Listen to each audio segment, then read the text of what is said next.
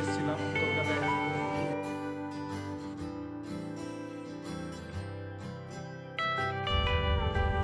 Good morning everyone, welcome back to a new blog. আজকে 11ই জানুয়ারি, বৃহস্পতিবার। আজ সকাল সকাল আমি আর দীপ দুজনে মিলে চলে এসেছি কলকাতা। এখন দ্বিতীয় হুগলি সেতু পেরোচ্ছি। আজকে কলকাতা আসার মেন কারণ, যেহেতু দ্বীপের ট্রান্সফার অর্ডারটা বেরিয়েছে, সেটার জন্যই ওদের হেডকোয়ার্টারে কথা বলতে এসেছি। কলকাতার টি বোর্ড যেখানে আছে, জাস্ট হাওড়া স্টেশনের পাশেই, সেখানে ওদের মেন অফিস। তো সেখানে গিয়ে কথা বলবো, দেখা যাক কী হয়। এখন ঘড়িতে বাজছে দুপুর 1টা। অফিসের কাজ কমপ্লিট করে তারপর আমরা ধর্মতলার দিকে এলাম। যেহেতু টাইম অনেকটাই হয়ে গেছে, খিদেও প্রচণ্ড পেয়ে গেছে, তাই ধর্মতলা এসেই ধর্মতলার যে নিউ মার্কেট আছে, সেখানে কেএফসির যে স্টোর আছে, সেখানে চলে এসেছি। এই কেএফসি স্টোরে অনেকবারই আসার খুব ইচ্ছে ছিল, কিন্তু কোনোবারই টাইমের জন্য হতো না। আর যেহেতু হাতে একটু টাইম আছে, তাই এখানেই ভাবলাম দুজনে লাঞ্চটা করে তারপরেই বাড়ির দিকে বেরোবো। কেএফসিতে ফার্স্টে টোকেন সিস্টেমে খাবারটা অর্ডার দিলাম। তারপর অর্ডার দেওয়ার পর সিটেই আমাদেরকে বসতে বললো। তারপর ওরা নিজেরাই টোকেন নাম্বার অনুযায়ী আমাদেরকে ডেকে নিল।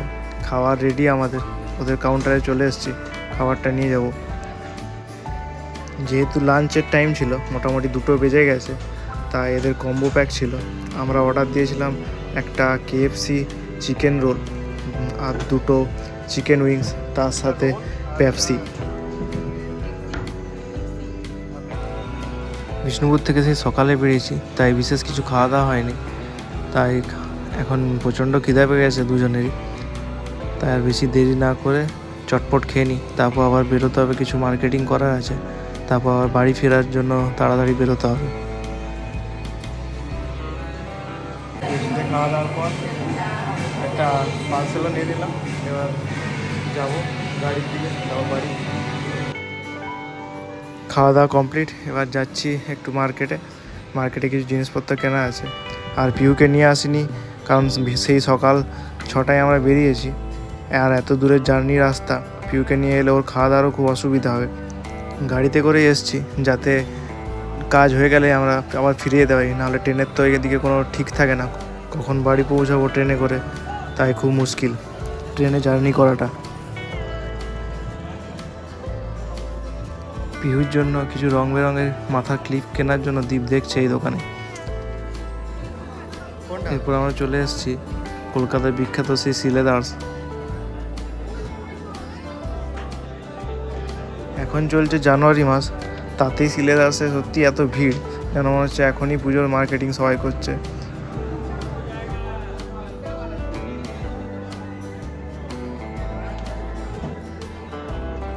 পিহুর তো এবার স্কুল যাওয়ার সময় চলে এলো, তাই পিহুর জন্য দেখা হচ্ছে ব্যাগ, কি ব্যাগ নেওয়া যায়।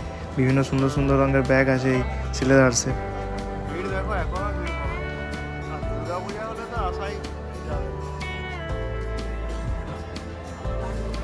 ব্যাগের পর এলাম এবার বাচ্চাদের জুতোর কাছে। যেহেতু সিলেদার্স এসছি, তাই পিহুর জন্য কিছু জুতোও কিনে নিয়ে যাবো ভেবেছি। দেখা যাক কোনটা পছন্দ হয়। গাড়িতে এসছি বলে এগুলোই সুবিধা হয়, একটু টাইম ধরে একটু মার্কেটিং করা যায়। নাহলে তো ট্রেন হলে নির্দিষ্ট টাইমে আমাদেরকে বেরিয়ে যেতে হয়, কারণ বিকেলবেলা 4:50 পুরুলিয়া এক্সপ্রেস। এবার বাইরে বেরিয়ে বাইরের মার্কেটে এসছি দীপর জন্য কিছু সানগ্লাস কিনবে বলে। কলকাতার মার্কেটে বিভিন্ন স্টাইলের এই কালারফুল চশমা পাওয়া যায়, এটা একটা সুবিধা হয়, যেটা আমাদের বিষ্ণুপুর বা পুরুলিয়ায় পাওয়া যায় না একদম। দীপ অনেক দিন ধরে বলছিল একটা ব্লেজারের মতো কিছু কিনবে অফিসে পরে যাওয়ার জন্য, যখন একটু হালকা ঠান্ডা থাকে।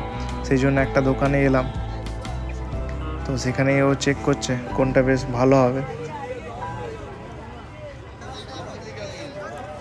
এর মধ্যে এই লালটা বেশ ওকে ভালো লাগছিল, তাই বললাম এই লাল জ্যাকেটটাই নিতে। এই লাল ব্লেজারটা খুব সুন্দরই লাগছে, আর বেশ ভালো, কোয়ালিটিটাও খুব সুন্দর ছিল।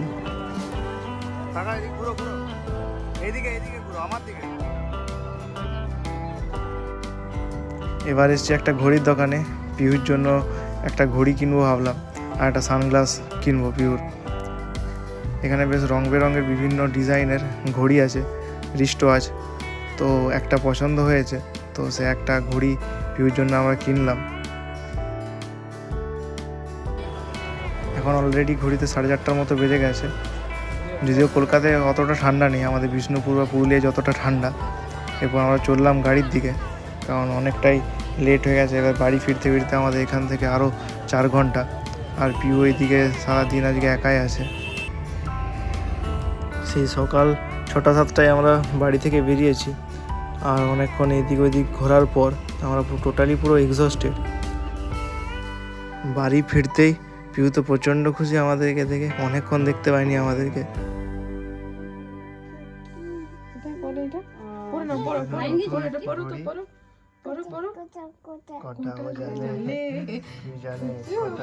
সকালে যাব। কি এটা কি? কোথায় পড়ে পড়ে নাও তো কেউ? এখন কোথায় আছে? পড়ে নাও পড়ে নাও পড়ো পড়ো পড়ো পড়ো। ঠিক আছে ওইটা এইটা এখন হাসি দিচ্ছে দেখো, জানে দেখো হাসি দিচ্ছে আমাকে।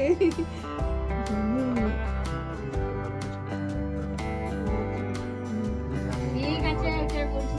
জানে এটা হাতে পড়তে হয়।